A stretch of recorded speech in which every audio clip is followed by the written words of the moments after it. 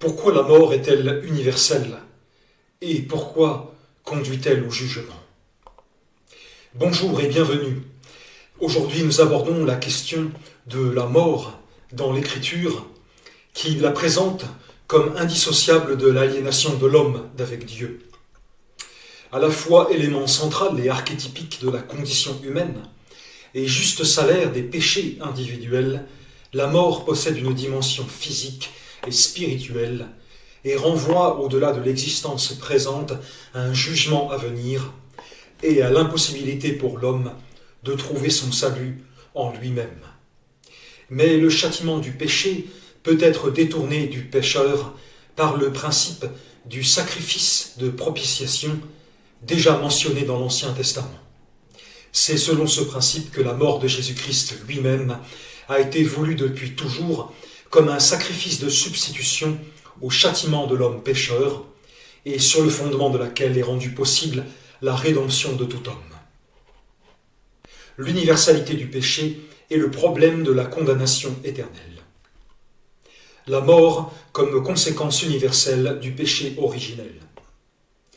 La tradition chrétienne a cherché de multiples manières à articuler le récit de la chute de l'homme et les conséquences du péché originel à la doctrine de l'aliénation de l'homme dans une conception théologique de la condition humaine. En effet, le jugement prononcé par Dieu sur la désobéissance d'Adam et Ève, en Genèse 3, est d'abord adressé aux premiers parents de la race humaine. La suite du texte montre cependant comment les conséquences du péché originel, et notamment le contenu du jugement prononcé en Genèse 3, se sont étendues à tous les hommes. La conséquence principale et archétypique de ce jugement est la mortalité de l'homme. Une mortalité d'abord spirituelle qui accomplit par l'exclusion de l'accès à l'arbre de vie, comme nous lisons au verset 22 à 24 du même chapitre, la menace proférée d'avance par Dieu dans son commandement, laquelle devait garder Adam de manger du fruit de l'arbre de la connaissance du bien et du mal, comme nous le lisons au chapitre 2. Adam et Ève n'ont en effet pas expiré le jour où ils en ont mangé, bien que l'expression utilisée aussi en Genèse 2, 4 puisse revêtir un sens plus général. Mais cette séparation spirituelle de la communion initiale avec le Créateur les a transportés dans une situation où leur mortalité naturelle les destinait à retourner à la terre, privés du don de la vie éternelle. Ainsi voyons-nous leurs premiers descendants mourir les uns après les autres, bien qu'ayant vécu une très longue vie, comme nous lisons au chapitre 5 de la Genèse. La mort comme châtiment universel de la culpabilité individuelle. La mort spirituelle et physique de l'homme n'est qu'une des conséquences de son aliénation. La maladie, la souffrance, la précarité l'ont atteint et environné, elles ont conditionné son existence, tandis que la désintégration de sa personnalité et le détournement de la connaissance naturelle de Dieu ont conduit à la prolifération des péchés qui découlent d'une mentalité dévoyée et constituent des maux qui se sont répandus sur la terre comme d'une fontaine empoisonnée, selon l'expression de Jean Calvin, depuis le péché originel. Nous participons ainsi au mal de deux manières. Nous subissons le mal, celui qui nous atteint, à partir du monde physique ou de la part des hommes, mais nous pratiquons aussi le mal, ce qui fait de nous des êtres pécheurs.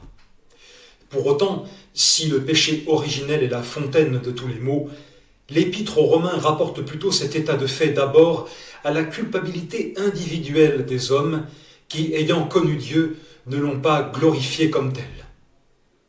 Il ne peut y avoir de culpabilité héritée de manière biologique, comme l'a justement critiqué Paul Ricoeur à propos de la doctrine augustinienne dans son ouvrage « Le conflit des interprétations ». Ainsi, lorsque l'apôtre Paul rattache le destin commun de l'humanité à la faute originelle de son seul père Adam, dans le chapitre 5 de l'Épître aux Romains, pour l'associer universellement à la rédemption qui est en Jésus-Christ, ce n'est pas sans rappeler que si la mort s'est étendue d'Adam à tous les hommes, par une mortalité naturelle, comme nous l'avons souligné, ceci relève aussi d'une justice immanente puisque tous les hommes ont péché, comme nous lisons en Romains 5, 12. En effet, lorsque l'apôtre développe ensuite sa doctrine de la justification gratuite, il répète d'une autre manière que le salaire du péché, c'est la mort, mais le don gratuit de Dieu, c'est la vie éternelle en Jésus-Christ notre Seigneur, comme nous lisons au chapitre 6 et au verset 23 de la même épître. Le jugement à venir. Ainsi, l'humanité tout entière, issue d'Adam et condamnée par le jugement prononcé par Dieu en Éden, à vivre dans l'aliénation et la mortalité, est considérée par l'apôtre comme responsable, chacun individuellement, de sa destinée spirituelle et donc éternelle. Et il se pose donc à chaque homme le problème de devoir affronter sa culpabilité personnelle devant Dieu, inéluctable, même s'il n'a pas commis de péché semblable à celui d'Adam, comme nous lisons en Romains 5, 14, c'est-à-dire la transgression de la volonté divine révélée sous la forme d'un commandement explicite. Si, en principe, les hommes participent donc tous, justement, à la mortalité, en ce qu'ils participent tous à la culpabilité, il ne s'agit pas seulement de la mort physique, mais de la mort spirituelle, aliénation et séparation d'avec Dieu, évoquée déjà au sujet d'Adam et Ève, et manifestée principalement dans l'ignorance de Dieu, dans l'Épître aux Romains.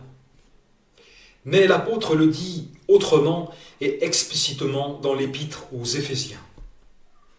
Vous étiez morts par vos offenses et par vos péchés, dans lesquels vous marchiez autrefois, selon le train de ce monde, selon le prince de la puissance de l'air, de l'esprit, qui agit maintenant dans les fils de la rébellion. Nous tous aussi, nous étions de leur nombre, et nous vivions autrefois selon les convoitises de notre chair et de nos pensées, et nous étions par nature des enfants de colère, comme les autres.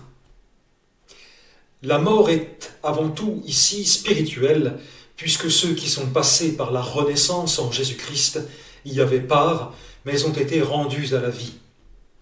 Mais Dieu, qui est riche en miséricorde, à cause du grand amour dont il nous a aimés, nous qui étions morts par nos offenses, nous a rendus à la vie avec Christ.